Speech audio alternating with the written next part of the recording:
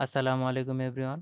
বিকেলবেলা ছাদ বাগানে আসলেই আমার পিকাচুর ছাদে আসাই লাগবে। দেখতেই পাচ্ছেন ছাদে এসে দুষ্টামি শুরু করে দিয়েছে।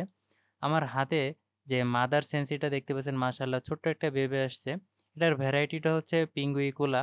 মাশাআল্লাহ খুব সুন্দর একটা ভ্যারাইটি। এর ওয়াকিং সেন্সিও বলা হয়।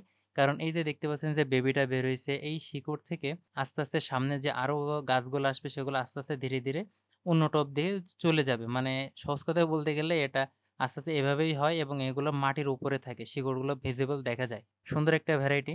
সো আমি গাছগুলো পরিষ্কার করার জন্য মূলত বের করছিলাম গোড়ার আগাছাগুলো কিন্তু আমার আছে পিকাচু মোটেই পরিষ্কার করতে দিচ্ছিল না। দেখতেই পাচ্ছেন ও সব গাছই কামড়ানোর চেষ্টা করছে মাশাআল্লাহ। খুবই অ্যাক্টিভ এখন আমার আ পিকাচুটা অনেক সুস্থ আর একটু অসুস্থ ছিল মাঝখানে।